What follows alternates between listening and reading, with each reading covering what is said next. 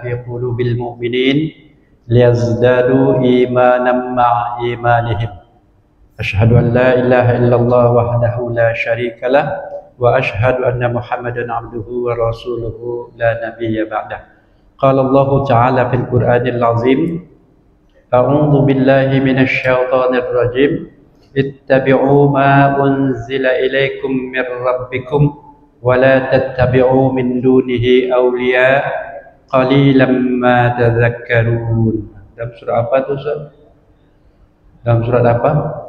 Surah Al-A'raf, surah yang ke-7 ayat yang ke-3. Allah Subhanahu wa taala ingatkan kita, ittabi'u maka ikutilah apa yang telah diturunkan kepadamu dari Rabbmu, jangan mengikuti selain daripadanya. Hanya sedikit sekali orang-orang yang mengambil pelajaran. Ini menjadi dasar kita dalam kajian kita. Wa qala nabiyina Muhammad sallallahu alaihi wasallam khairukum man ta'allamal Qur'an wa 'allamahu. Sebaik-baik kalian adalah orang yang senantiasa mempelajari Al-Qur'an dan mengajarkannya. Hadis riwayat Bukhari dari Utsman bin Affan radhiyallahu anhu. Shadaqallahul azim wa sadaqa Rasul Karim. Ikhwan fillah, pengurus Masjid Afidah Muhammadiyah yang sama-sama kita hormati, Bapak Ibu jemaah, salat maghrib menjelang Isya, semoga dirahmati Allah Subhanahu wa taala. Bersyukur kita atas rezeki, nikmat, karunia yang Allah Subhanahu wa taala senantiasa berikan kepada kita. Bersyukur berarti kita menggunakan, memfungsikan, memakai apa-apa yang telah Allah berikan, apa-apa yang telah Allah rezekikan kepada kita untuk maksud diberikannya itu. Itu tanda bersyukur kita. Untuk apa Allah Subhanahu wa taala memberikan semuanya itu? Fasilitas hidup kita, energi kita, kesehatan kita, harta kita, semata untuk mewujudkan ketaatan kita kepada Allah sebagai bukti penghambaan kita, pengabdian kita kepada Allah. Karena manusia dan jin ini dua makhluk yang ditugaskan untuk beribadah. Tidaklah dijadikan jin dan manusia itu kecuali untuk mengabdi. Wa ma khalaqtul jinna wal insa illa liya'budun. Nah, ini kan makna yang harus kita pahami. Jadi seluruh aktivitas kita dalam kebaikan-kebaikan kita sandarkan kepada Allah bahwa ini ketaatan kita, ini penghambaan, mengabdi namanya. Makan, tidur kita, belajar kita, apapun saja aktivitas kita yang diridhoi oleh Allah sesuai dengan petunjuknya, itu ibadah. Jadi bukan ibadah mahdoh, sholat, zakat, puasa saja, tapi seluruh aktivitas kita, detak jantung kita nih, yang kita syukuri ketika Allah Subhanahu wa taala memberikan jantung kita, hidup kita, itu udah ibadah, nilai-nilai pahala di sisi Allah. Nah, maka kita bersyukur kepada Allah, kita fungsikan.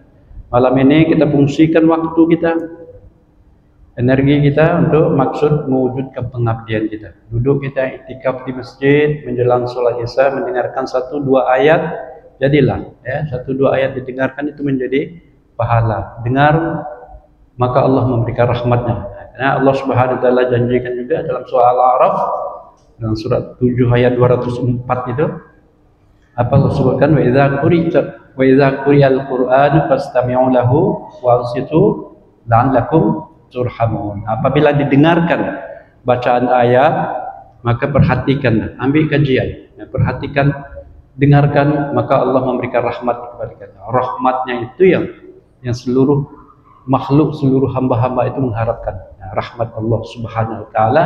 Dan ujung-ujung kemaknaan kita akan sampai kepada bahwa kita masuk surga hanya semata dengan rahmat Allah. Kemudian senantiasa pula kita sampaikan doa kita, salawat kita, salam kita untuk Rasulullah sallallahu alaihi wasallam. Allahumma sholli ala Muhammad wa ala alihi wa sahbihi ajma'in. Assalamu alayka ayyuhan nabiyyu wa rahmatullahi wa barakatuh. Selamat, jadi selawat kita untuk Rasulullah sallallahu alaihi wasallam itu bukan untuk nabi, ya, bukan untuk Rasulullah sallallahu alaihi wasallam, tapi esensinya adalah perintah Allah. Dengan mengucapkan salam itu kita telah memenuhi perintah Allah. Itu tanda taat kita. Berarti tanda kita mengabdi kepada Allah. Tanda kita bersyukur. Nah, itu juga makna-makna. Jadi perbanyak salawat kita. Bapak Ibu yang dirahmati Allah Subhanahu wa taala, ini kajian tafsirul Quran ya, spesifik tentang tafsirul Quran, tafsir bukan tafsir. Kalau tafsir ya, tentu punya keilmuan-keilmuan yang dalam ya, ilmu balaghah, nahwu, syarah dan sebagainya.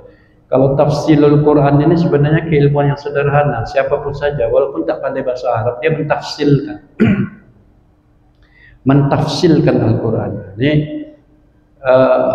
menjelaskan, mencari penjelasan tafsirul ayat, mencari penjelasan ayat dari ayat yang ada. Nah, ini kan kalau istilahnya tadabbur. Nah, ini harus kita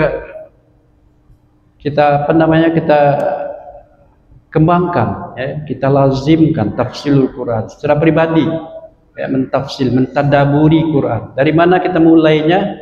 Dari membaca ayatnya dan menterjemahkannya. Kita asumsikanlah bangsa Indonesia ini hampir banyak yang tidak pandai bahasa Arab. Jangan sok pandai bahasa Arab lah. Tidak bisa kita menjelaskan itu kalau kita tidak pandai membaca terjemahan. Jadi tafsirul ayat awalnya itu ya mesti kita membaca terjemahannya. Terjemahannya itu saja metode yang paling sederhana itu. Kalau untuk mentafsirkan ya tentu pandai bahasa Arabnya, akar katanya, ini fiilnya mana, fa'ilnya mana, segala macam lah kan. Tapi kalau mentafsir Quran, mencari penjelasan Al-Quran, kita harus setidaknya mengerti apa yang kita baca. Tapi awal dari seluruh etapa keilmuan itu adalah mengerti dengan apa yang kita baca. Ketika kita membaca ayat Al-Quran itu dalam bahasa Arab, karena bahasa Arab, Al-Quran adalah bahasa Arab. Ya, kita tidak bisa bahasa terjemahannya saja, tapi membaca bahasa Arabnya Quran Arabiyah, Quran bahasa Arab yang diturunkan. Nah, ini tentu punya punya rahasia hikmah yang dalam, karena banyak kata-kata di dalam bahasa Arab itu tidak bisa ditranslate, ya, tidak bisa dijelaskan dengan bahasa yang lain. Sama halnya bahasa Indonesia tidak bisa juga dijelaskan secara detailnya. Misalnya bahasa Minang saja payah kita menjelaskan secara detail itu, ya. Bahasa Minang. Tacacah, apa itu tacacah? Apa yang menjelaskan? Tegeser, enggak juga tegeser. Tuh kan. Jadi kalau bahasa Arab itu bahasa maknanya dalam. Jadi kalau kalian lihat dalam bahasa terjemahannya, itu terjemahan itu tafsir sederhana. Ya, penjelasan dari ayat Al-Quran bahasa Arab itu sederhana. Setidaknya itulah. Ya, dengan terjemahan itu. Terjemahannya kita mulai. Jadi Bapak Ibu yang dirahmati Allah Subhanahu Wa Taala, tema kita malam ini yang telah disampaikan oleh pengurus tadi adalah rezeki, makna rezeki, kemudian klasifikasinya, ya, pembagian-bagian dari makna rezeki itu, kemudian pencapaiannya, rezeki dan pencapaian takwa. Ini kan yang terkait dengan dalam Al-Quran, apa yang Allah Subhanahu Wa Taala sebutkan di dalam Al-Quran tentang rezeki, lalu apa pencapaian kita bisa capai dengan rezeki, apa pengertian rezeki. Jadi Bapak Ibu yang dimuliakan Allah Subhanahu Wa Taala, kita mulai kajian kita dengan satu ungkapan. Ketika kita bicara tentang hidup, maka kelengkapan hidup itu adalah rezeki.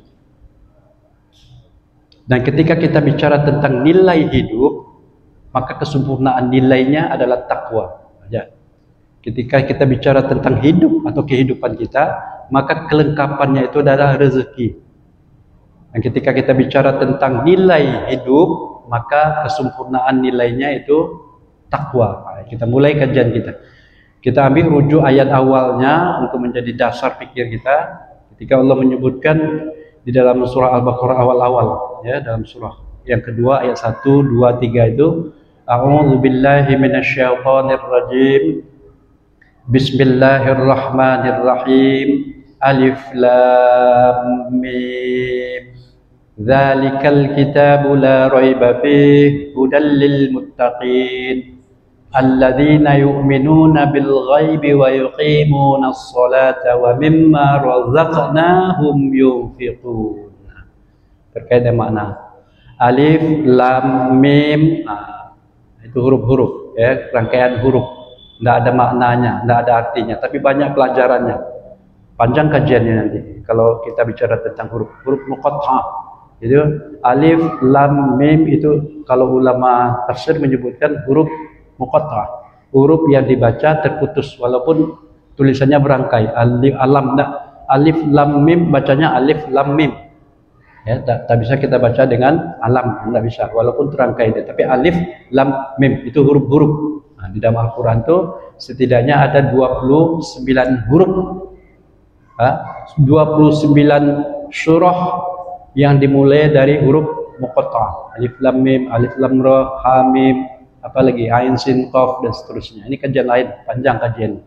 Yang kedua, ayat yang kedua, zalikal kitabu la raiba fi hudal lil muttaqin. Itulah zalika, itu kalau diterjemahkannya ini panjang pembahasan. Itulah Al-Quran yang kami turun, zalikal kitabu la raiba fi, yang tidak ada keraguan di dalamnya. Ujilah ya, kalau memang kita uji ya, tak ada keraguan sedikit pun, tak ada khilaf, tidak ada perbedaan makna, ada pertentangan makna di antara ayat-ayat itu ya. Itulah kitab yang tak ada keraguannya, hudal lil muttaqin, petunjuk bagi orang yang bertakwa. Lalu Allah jelaskan lagi ini ayat tafsil ya, contoh ayat tafsil ya, petunjuk bagi orang-orang yang bertakwa. Siapa orang yang bertakwa? Dijelaskan ke ayat yang ketiganya, alladzina yu'minuna bil ghaibi wa yuqimunas sholata wa mimma razaqnahum yunfiqun.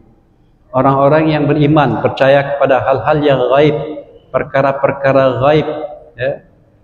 Kemudian mendirikan solat, kemudian menginfakkan, menafkahkan ya, sebagian rezeki ya, yang kami rezekikan ya, kami berikan rezeki. Nah, di sini baru kita mulai kajian kita tentang makna rezeki.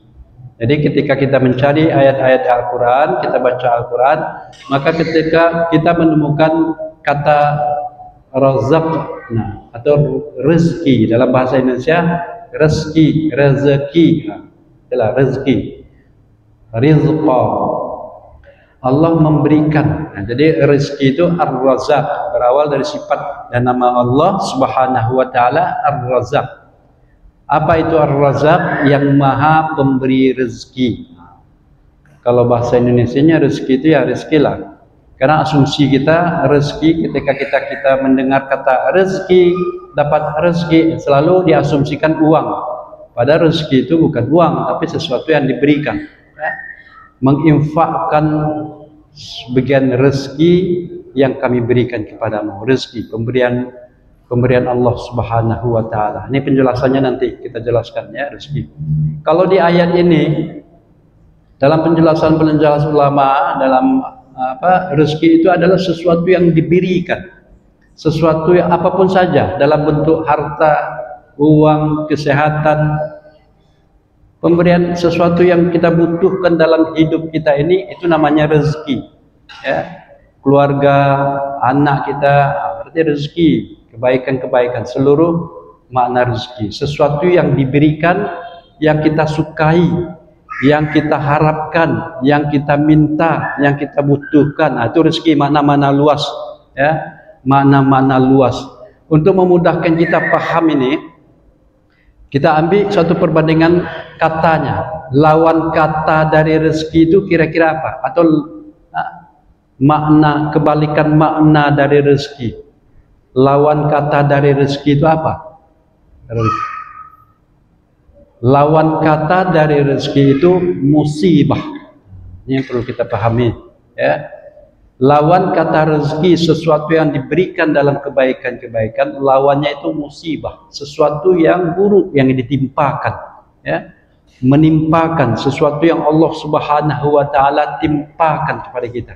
Nah, sesuatu yang nampaknya buruk, atau sesuatu yang kita anggap buruk, atau sesuatu yang kita pandang tak suka ya. Kalau rezeki sebaliknya, rezeki sesuatu yang kita butuhkan, apapun sajalah, harta, sesuatu yang kita butuhkan dalam hidup kita, sesuatu yang kita senangi ya, makanan yang enak-enak itu rezeki, uang, rumah ya, itu semuanya pemberian. Rizqan lakum.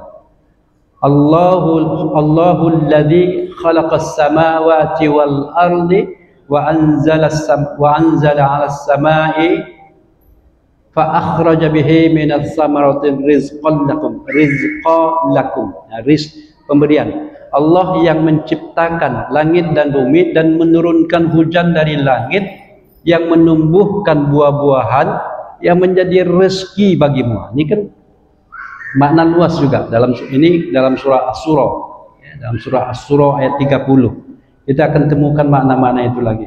Atau mungkin dalam surat Hud, dalam surat 11 ayat yang ke-6 kan Allah Subhanahu wa taala menyebutkan, tidaklah suatu binatang melata pun di bumi ini kecuali Allah lah yang memberi rezekinya, memberi rezeki baginya, merezekikan, yang memberikan sesuatu kebutuhan hidupnya, ya, badannya, kepak sayap burung, ya, makanan yang sudah tersedia, itu rezeki burung. Rezeki sesuatu yang dibutuhkan, yang diinginkan, yang dicari, itu rezeki.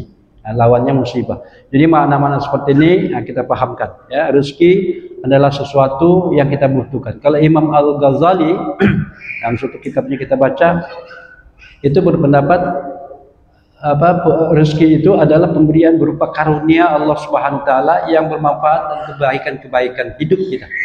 Apapun, baik itu berupa harta maupun kesehatan, apapun saja fasilitas hidup kita, itu disebut dengan rezeki. Demikian juga ulama yang lain, Ibnu Katsir. Kalau kita cari makna-makna itu dari kitab-kitab dari tafsir Ibnu Katsir juga, beliau menyebutkan bahwa rezeki adalah satu pemberian dari Allah, karunia Allah Subhanahu wa taala yang untuk memenuhi kebutuhan makhluk hidup, makhluk apapun lah, manusia kita semuanya.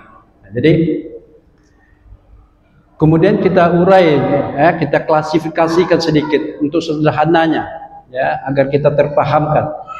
Kalau Imam Al-Ghazali mengklasifikasikan, membagi pembagian rezeki secara umum, ya, pembagian rezeki secara umum itu ada tingkat empat rezeki, 4 pemberian, 4 kebutuhan, ya, yang dibutuhkan oleh manusia itu.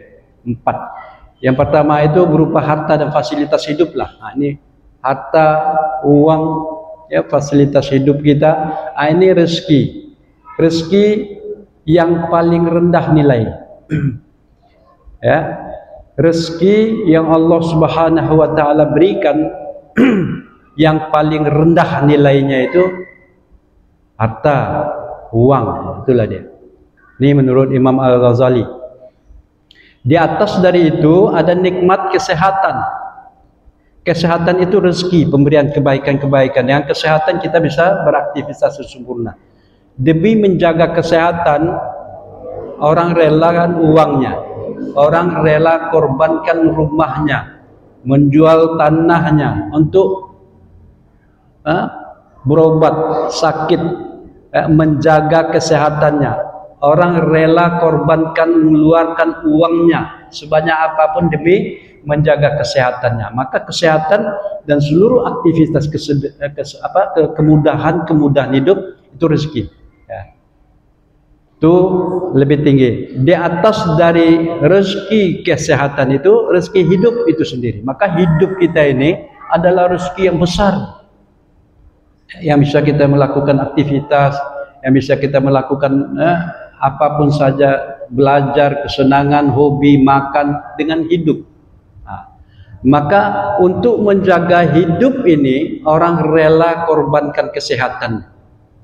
Untuk sekedar menjaga hidup, orang rela amputasi kakinya, potong tangannya kena kanker, atau potong segala macam lah diamputasi, ya, untuk sekedar menjaga hidup. Ini nilai hidup ini lebih tinggi dari nilai kesehatan. Di atas dari itu adalah rezeki, petunjuk. Itu rezeki itu dalam batinnya. Kalau di uraian awalnya Ibn Al-Ghazali itu menyebutkan rezeki itu terbagi 2 itu, rezeki fisik lahiriah, itulah fasilitas hidup badan kita segala macam, dan rezeki batinnya. Nah, rezeki yang keempat ini rezeki agama, petunjuk, Al-Quran, hidayah, itu rezeki pemberian Allah. Pemberian Allah yang paling tinggi nilainya. Orang rela korbankan hidupnya demi menjaga agamanya. Orang rela korbankan hidupnya demi menjaga nilai-nilai yang diyakininya. Itu kan, jadi ini nih nilai rezeki-rezeki yang dibagi. Klasifikasi secara umum. Kalau kita uraikan satu-satu panjang banyak, ya, rezeki. Jadi kalau kita hitung-hitung tak terhitung. Jadi setidaknya ini memudahkan kita agar kita mulai mengerti tentang apa yang mesti kita syukuri. Ketika Allah Subhanahu wa taala memberikan rezekinya, melapangkan rezekinya. Karena Allah Subhanahu wa taala yang Ar-Razzaq itu. Sumber dari rezeki ya Allah Subhanahu wa taala Ar-Razzaq. Kerja kita bukan sumber rezeki kita. Bukan, ya. Hanya Allah yang Ar-Razzaq yang memberikan rezeki itu. Kerja asbab, kerja sebagai jembatan, upaya-upaya kita itu sebagai jembatan. Allah satu-satunya yang menjadi sumber rezeki bagi seluruh makhluk. Tak ada upaya, ya. Bicara tentang upaya kerja segala macam, bukan itu sebenarnya asbab. Bekerja banyak-banyak, betapa banyak juga orang yang bekerja lebih keras lagi tapi tak mendapatkan juga, ya. Ada juga orang yang tak banyak kerja juga, duduk-duduk dapat juga banyak. Karena Allah Subhanahu wa taala jadikan macam-macam keadaan kita lah, ya. Terlahir dari anak orang kaya, tidak kerja pun kaya juga, ya. Terlahir dari orang miskin, payah-payah kerja siang sampai malam, tidak juga kaya, gitu. Jadi rezeki Allah Subhanahu wa taala, ya, menyebutkan. Lihat, ketika Allah Subhanahu wa taala menguatkan pemahaman kita dalam surah Ar-Rum, ya, surah Ar-Rum, surah yang berapa? Surah yang ke-30. Surah yang ke-30 ayat 37 kan Allah Subhanahu wa taala menyebutkan, awalam yarau annallaha yabsutur rizqa liman yasha wa yaqdir inna fi dzalika laayatin liqaumin yu'minun. Apakah kalian tidak memperhatikan, ya, bahwa sesungguhnya Allah Subhanahu wa taala melapangkan rezeki kepada hamba yang dikehendakinya dan membatasinya, wa yaqdir inna fi dzalika laayatin liqaumin yu'minun. Inilah bagian dari tanda-tanda kebesaran Allah bagi orang-orang yang beriman. Allah yang membatasi, Allah yang melapangkan, dan Allah yang membatasi. Nah, senada dengan ayat ini juga kita temukan juga dalam surah Az-Zumar. Ya, kalau tadi dalam surah Ar-Rum, surah 30, ayat 37. Nah, sekarang dalam surat Az-Zumar, surah yang ke-39, ayat 52. Beda bunyinya sedikit. Kalau tadi awalam yarau annallaha yabsutur, kalau ini dalam surah Az-Zumar ini awalam ya'lamu annallaha yabsutur rizqa liman yasha wa yaqdir inna fi dzalika laayatin liqaumin yu'minun. Apakah kalian tidak mengerti? Apakah mereka tidak tahu? Awalam ya'lamu annallaha yabsutur rizqa liman yasha, Allah yang melapangkan rezeki kepada hamba-hamba yang dikehendakinya dan membatasinya dan mempersempitnya. Kalau kita baca terjemahkan, melapangkan dan menyempitkan rezeki bagi hamba-hamba yang dikehendakinya. Sesungguhnya yang demikian itu terdapat tanda-tanda kebesaran Allah bagi orang-orang yang beriman. Nah, ini kita imani, ya. Kita beriman, yakin, maka Allah lah yang membatasi, yang melapangkan rezeki kita. Dalam satu keluarga, dalam satu kelompok, dalam satu kawan-kawan kita, pendidikan yang sama, ya, kerja yang sama, jabatan yang sama, tapi rezekinya pasti berbeda. Tidak ada yang sama, ya, rezeki. Yang diberikan, yang didapatnya itu beda. Yang dimilikinya atas pemberian Allah itu beda, masing-masing beda. Walaupun pendidikan sama, keluarga sama, jabatan sama, apalagi, ya, gaji sama mungkin, nah, tapi beda rezeki. Jadi Bapak Ibu yang dirahmati Allah Subhanahu wa taala, rezeki yang Allah Subhanahu wa taala itu belum tentu menjadi nikmat. Nah, ini harus kita pahami, ya. Rezeki yang Allah Subhanahu wa taala berikan kepada kita belum tentu menjadi nikmat. Nah, apalagi makna nikmat ini. Kadang-kadang kita memahaminya salah, ya. Banyak pemikiran, banyak bahasa kita tuh kalau kita rujuk ke dalam bahasa Arab tentu berbeda dengan bahasa Indonesia. Rezeki, ya, sama saja kalau dalam bahasa Indonesia kita nikmat. Nikmat Allah, rezeki Allah beda. Rezeki dengan nikmat itu berbeda. Sama dengan musibah, ya. Musibah, karena lawan kata dari rezeki tadi, pemberian tadi itu musibah. Pemberian yang baik-baik dan timpaan yang buruk-buruk. Rezeki belum tentu nikmat, musibah belum tentu azab. Rezeki boleh jadi azab, musibah boleh jadi nikmat. Nah, Dari mana timbul masalah itu? Ketika Allah Subhanahu wa taala memberikan rezekinya kepada kita, atau Allah Subhanahu wa taala menimpakan kepada kita keburukan, musibah itu, maka ini hanya ujian, nilai-nilai. Lihat dalam surah Al-Anbiya, kita kuatkan maknanya akan terkorelasi makna tafsil itu, penjelasannya, bukan dengan pendapat. Ketika Allah Subhanahu wa taala menyebutkan dalam surah Al-Anbiya, surah yang ke-21 ayat 35 itu, kullu nafsin za'iqatul maut wa nabluukum bisyarri wal khairi fitnah wa ilaina turja'un.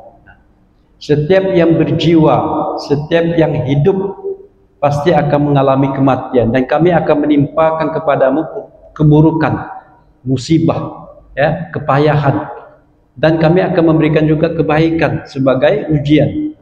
Keburukan dan kebaikan, musibah dan rezeki sebagai ujian.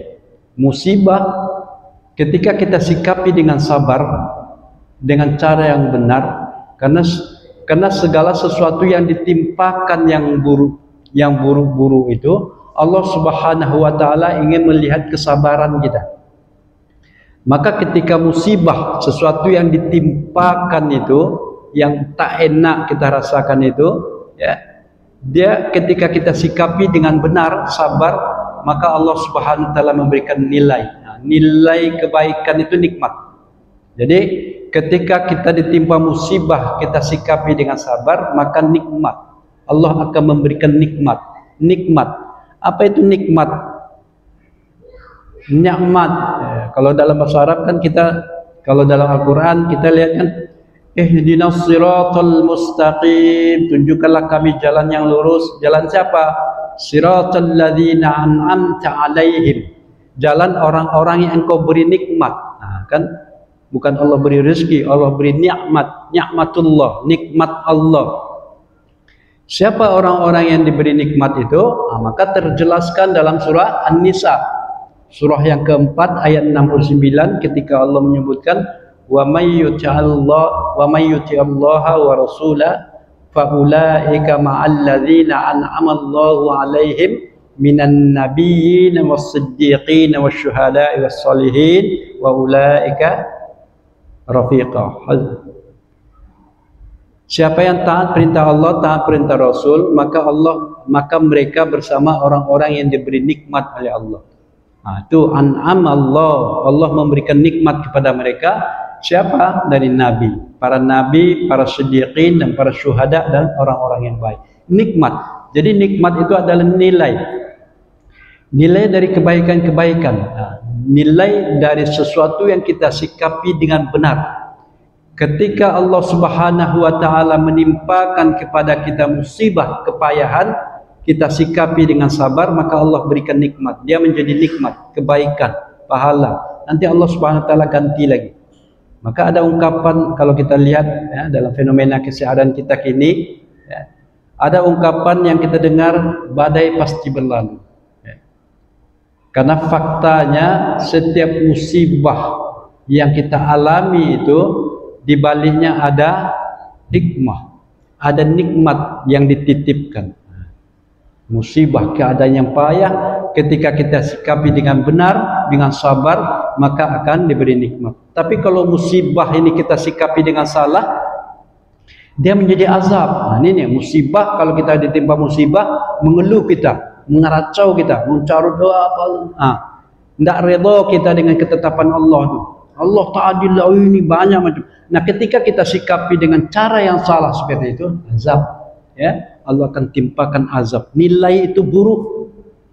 Demikian juga ketika Allah berikan kebaikan, rezeki. Ketika Allah Subhanahu wa taala memberi rezeki sesuatu apapun saja yang bermanfaat kepada kita, lalu kita syukuri. Apa makna syukur tadi? Kita fungsikan. Ya, kita berikan, kita pakai untuk hal-hal yang diridhai Allah, maka dia menjadi nikmat. Ya, Allah akan berikan nilai pahala. Tapi kalau rezeki yang diberikan itu, ya, kalau tidak kita sikapi dengan benar, maka tunggulah azab. Azab. Jadi rezeki yang kita sangka baik, ya, harta yang banyak, kemudian apalagi jabatan yang tinggi yang kita sangka baik, yang kata rezeki yang memberi nikmat, justru itu menjadi azab, awal dari azab itu. Maka Allah ingatkan kita dalam surah Ibrahim, surah 14 ayat 7. La in syakartum la azidannakum wa la in kafartum inna azabi lasyadid. Kalau kamu mensyukuri, menggunakan apa yang telah Allah berikan itu, maka Allah tambah rezeki. Allah tambah. Tapi kalau kamu tidak mensyukurinya, mengkafirinya, mendustakan nilai-nilainya, menyimpangkan kegunaannya, kita fungsikan kepada maksiat, berpoya-poya kian kemari, mabuk kian kemari, ini bertanda tak bersyukur, tidak menggunakan kepada apa maksud diberikannya itu. Maka tunggulah azab. Maka azab Allah, harta yang banyak justru awal dari azab itu. Ya, rumah yang mewah, mobil yang banyak segala macam justru menjadi azab. Nah, jadi itu dia sikap. Dua sikap saja. Ya, ketika Allah uji kita, ditimpakan keburukan, itu musibah. Ketika kita sikapi dengan benar, dia menjadi nikmat. Ketika kita sikapi dengan salah, ya, maka dia menjadi azab. Begitu juga rezeki. Rezeki ketika kita sikapi dengan benar, syukur, ya, maka dia menjadi nikmat. Sesuatu nikmat dari Allah. Nilai. Kalau kita tidak fungsikan dia, maka dia menjadi azab. Jadi Bapak Ibu yang dirahmati Allah Subhanahu wa taala, semuanya itu menjadi ujian. Rezeki. Maka esensi dari seluruhnya itu Allah inginkan kita adalah ketika kita ditimpa musibah bersabar, ketika kita diberikan rezeki, ya, maka kita bersyukur, maka nilai-nilai itulah yang menjadi bekal bagi kita dalam kehidupan ini, dan dalam itulah, ya, kita akan membangun ketakwaan kita. Jadi bukan sekedar Allah memberikan rezeki, bukan sekedar untuk makan-makan gitu aja, tidak. Tapi Allah ingin menguji kita untuk mendapatkan nilai. Nilai yang menjadi bekal bagi kita di akhirat nanti. Atau mungkin Allah Subhanahu wa taala tidak sekedar menimpakan sakit saja, musibah itu apa gunanya Allah menimpakan musibah seperti itu. Tapi Allah Subhanahu wa taala ingin menguji kita dengan kesabaran kita, maka kesabaran itulah menjadi nilai yang menjadi bekal dalam kehidupan kita. Ini saja makna-makna yang perlu kita pahami. Jadi Bapak Ibu yang dirahmati Allah Subhanahu wa taala, dalam ada waktu beberapa menit lagi. 35 berarti sekitar 10 menit lagi, ya. Kalau ada pertanyaan boleh diajukan pertanyaan 1 2 3. Kalau tidak ada pertanyaan saya yang bertanya, ya. Ya, silakan Ustaz. Apakah kedudukan ilmu itu juga sebagai rezeki atau rezeki? Ya. Ilmu rezeki diberikan. Ya, kalau dalam pandangan-pandangan lain, dalam istilah lain kan petunjuk, hidayah, rezeki, jalan, rezeki, sesuatu yang diberikan. Jadi ilmu itu boleh jadi menjadi musibah kalau kita tidak pakai. Ya, boleh jadi dia membawa azab. Rezeki ilmu bukan saja membawa nikmat, tapi boleh saja membawa azab kalau kita tidak pakai dengan baik. Keilmuan kita boleh banyak, tapi dengan kesombongan, dia menjadi nilai lain. Atau banyak orang yang berilmu, tapi tidak diamalkan ilmunya, justru menjadi bumerang bagi dia. Itu seluruh apapun saja yang kita butuhkan, apapun saja kita cari, itu makna rezeki yang luas itu. Pengertian rezeki apapun saja, itu rezeki. Rezeki itu kan kalimat awalnya razaqna, ya, diberikan, yang kami berikan. Menjadi rezeki, sesuatu yang bermanfaat bagi kita. Kemudian misalnya apakah ketika kita mencuri, merampok misalnya, atau korupsi, kan uang tuh. Apakah itu berezeki? Rezeki tapi bernilai azab. Rezeki pemberian makna, ya. Tapi bernilai azab dia menjadi musibah. Jadi Bapak Ibu yang dirahmati Allah Subhanahu wa taala, musibah itu kalau kita kaitkan itu musibah terbesar itu adalah musibah dalam agama. Bukan musibah ketika kita kecelakaan, kendaraan kita hilang misalnya, rumah terbakar, itu musibah memang, memayahkan kita, guncangan-guncangan di jiwa kita. Tapi musibah terbesar sesungguhnya musibah dalam agama. Apa musibah dalam agama? Ketidakpahaman. Bukan soal ilmu. Betapa banyak juga orang berilmu, ya, orang-orang pakar-pakar itu. Orang-orang orientalis, kita contohkanlah orang orientalis. Kita contohkanlah orang-orang yang kayak apa namanya? Ya, orang orientalis lah. dengan keilmuan-keilmuan Islamnya, kayak Snok obrolnya itu, dia kan punya literasi keilmuan-keilmuan yang luas, tapi tidak membawa hidayah.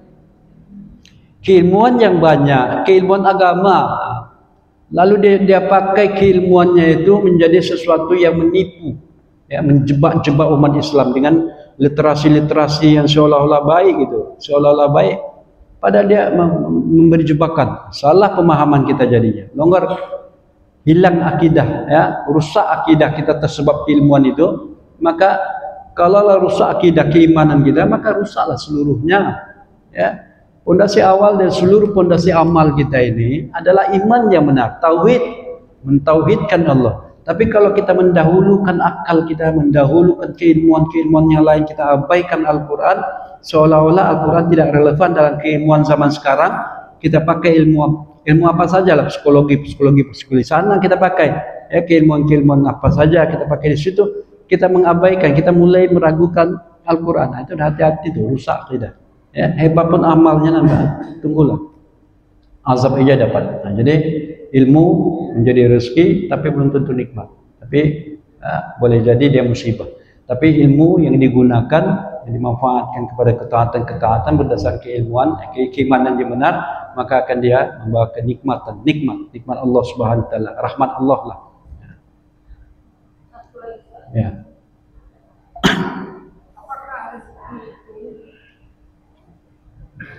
Harus berikhtiar. Ya. Karena ini pernah daripada Sofi dengan beliau kondisi itu, saya sekarang belum bisa memahami. Jadi perdebatan beliau tentang ikhtiar itu. Ya. Bahwasanya untuk mendapatkan rezeki itu harus ada ikhtiar. Ya. Apakah orang itu harus ikhtiar? Ketika imam Tirmizi mengatakan dia hanya berdoa. Ya. Atas dia. Ya. Jadi banyak uraian-uraian, banyak pendekatan-pendekatan kita tentang ikhtiar. Kalau kita baik ke dalam soal hadis, nah kita ambil dulu pendapat ini, ya. Dalam soal hadis surat 57 ayat 22, ketika Allah menyebutkan ma asaba min musibatin fil ardi wala fi anfusikum illa fi kitabim min qabli an nabra'aha inna dzalika 'alallahi yasir. Apa saja yang menimpa, ya, sesuatu yang menimpa, yang ditimpakan, musibah itu yang ditimpakan kepadamu baik di dunia, bumi maupun pada dirimu, sungguh sudah ditetapkan sebelum semuanya diciptakan. Jadi seluruhnya itu sudah ditetapkan. Hidup kita, umur kita, rezeki kita, apapun juga sudah ditetapkan. Maka Allah Subhanahu Wa Taala inginkan sikap tawakal. Ya.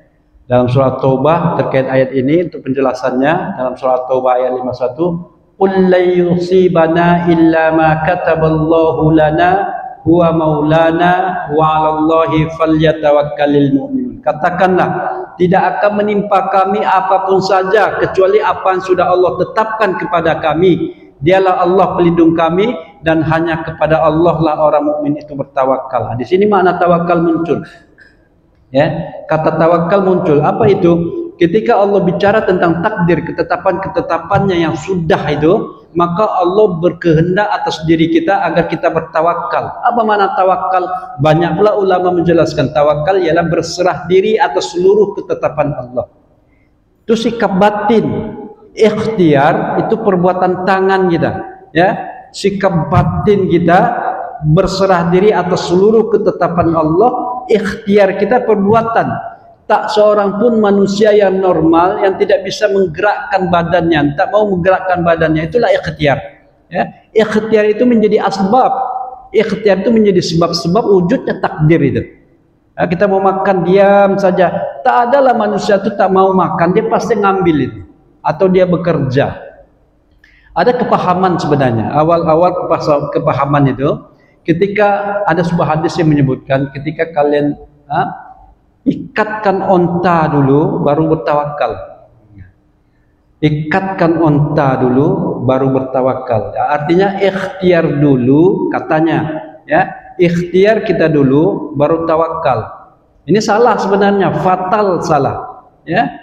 Bukan ikhtiar dulu, tapi ketika kita berikhtiar itulah sikap mental kita itu tawakal. Tidak ada terpisah dia lahir dan batin kita itu. Ketika kita mulai berbuat, lihat kita korelasikan ayatnya dalam surah Ali Imran. Surat 3 ayat 159. Fa iza azamta fatawakkal 'alallah. Azam itu azam. Azam itu tekad.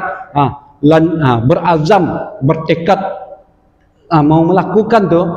Ketika kita mau melakukan itu, kita bertawakal. Satu kesatuan lahir dan batin kita berbuat. Ikhtiar, tawakal. Jadi tidak bisa dipisahkan dia. Jadi apakah ikhtiar? Ikhtiar, siapa yang bisa melepaskan ikhtiar dalam perbuatannya? Orang kaya, kita menyangka tidak perlu kerja lagi. Justru orang kaya itu lebih berat kerjanya. Ya, menjaga ininya. Maka dengan banyaknya uang tuh buat juga yayasan untuk sekedar kerja. Tidak bisa manusia melepaskan al-hawa an-nafs. Ya, jiwa kita nafs, keinginan itu tidak bisa lepas dah. Walaupun apapun saja kita tetap ingin berikhtiar, dan ikhtiar itulah asbab menjadi jalan bagi Allah untuk mewujudkan takdirnya. Itu sempurna semua. Allah tetapkan aturan-aturannya. Ya, Allah tetapkan, sudah tetapkan Allah kita berada di sini, duduk di sana, sudah ada, Allah sudah atur semuanya dan Allah Maha tahu tentang itu. Kalau gitu saya pindahlah. Kalau Allah Subhanahu wa taala tetapkan Ustaz Afrianto duduk situ, saya pindahlah situ. Bagaimana kita tahu tentang takdir Allah yang Allah tetapkan kita takdir duduk di situ? Enggak. Saya tidak berangkatlah. Ada orang yang mengatakan ini asumsi, ya. Ada.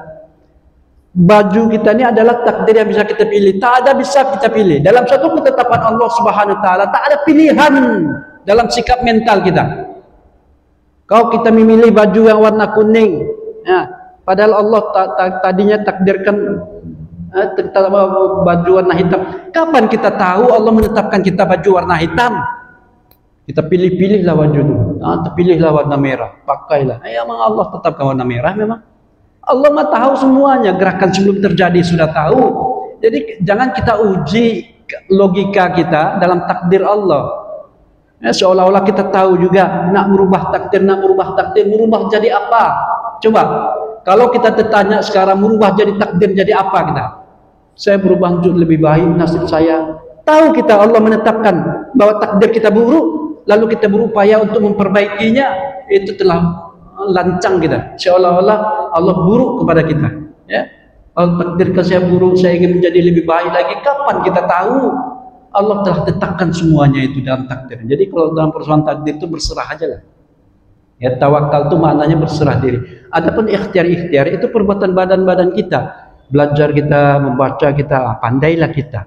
Ya, kerja kita, upaya kita, dapat gaji kita. Itu ikhtiar yang memang kita yang mendorong. Allah tanamkan juga dalam dada kita ni al-hawa, an-nafs, an-syahwat. Ya, Allah tanamkan keindahan rasa kesukaan kita kepada wanita, harta, anak-anak, pekerjaan kita, binatang ternak yang gembalaan segala macam. 8 itu rasa dorongan itu. Ya, dalam surah Ali Imran 14 itu. Tak bisa kita pisahkan itu. Dorongan ini segala macam. Dorongan syahwat kita kepada wanita, menikahlah kita, dengan pernikahan itu kita melakukan hubungan suami istri. Allah gerakkan semua itu, maka lahirlah, terciptalah anak itu. Allah Subhanahu wa taala yang menciptakan anak atas takdirnya. Anak tahu kita terlahir dari bapak siapa, ibu siapa. Anak kita lahir dari anak siapa, bapak siapa. Tidak ada, seluruhnya dalam ketetapan Allah lah sempurna dalam takdir. Nah, ini konsep-konsep seperti ini kan perlu kita pahami dengan benar. Ya, jangan salah kita, lalu kita merubah-rubah takdir juga. Jadi Bapak Ibu yang dirahmati Allah Subhanahu wa taala, setidaknya ini kajian kita terkait dengan rezeki, pemberian sesuatu yang kita butuhkan, apapun saja kebutuhan kita itu rezeki namanya. Dia membawa kepada, ketika kita sikapi dengan benar, syukur, maka dia menjadi nikmat, kebaikan-kebaikan. Kalau kita tidak fungsikan dia dengan baik, dia menjadi azab. Begitu juga dengan musibah. Ya, dua, rezeki dan musibah. Musibah ketika kita sikapi dengan sabar, dia menjadi nikmat. Kalau kita sikapi dengan mengeluh, ya, tidak sabar, maka dia menjadi azab. Nah, itulah ujian-ujian yang ditimpakan oleh Allah Subhanahu wa taala. Sehingga kita nanti Allah Subhanahu wa taala bimbing dalam tauhid yang benar. Ketauhidan yang benar itu berawal dari tawakal. Iman yang benar itu barometer, parameter keimanan yang benar itu salah satunya adalah tawakal. Innamal mu'minuna alladzina idza dzukirallahu wajilat qulubuhum wa idza tuliyat 'alaihim ayatuhu zadatuhum imana wa 'ala rabbihim yatawakkalun. Nah, itu parameter keimanan. Kalau kita tak ada bertawakal, nak mencoba menguji ketetapan Allah, kenapa ya Allah? Kalau ndak ke situ kau tadi kau ndak mati dona. Kalau ndak begini nanti tak terjadi begitu. Jangan ukur dengan itu, maka rusak akidah sedikit. Bagian dari bukti parameter keimanan kita rusak, maka hati-hati kita. Ya, parameter salah satu parameter keimanan yang benar tawakal. Nah, itu yang Allah tenang. Kemudian dari tawakal itu lahirlah sifat sabar dan syukur. Inilah saja nilai ya seluruhnya. Kalaulah kita merangkum ini, maka sungguh ya keimanan yang tidak sempurna ya. Kesempurnaan dalam kesempurnaan bimbingan Allah, maka amalan sekecil apapun dia bernilai. Maka dengan rahmat Allah pasti masuk surga. Pasti insyaallah. Demikian saja, subhanakallahumma wa bihamdika asyhadu an la ilaha illa anta astaghfiruka wa atubu ilaik. Assalamualaikum warahmatullahi wabarakatuh.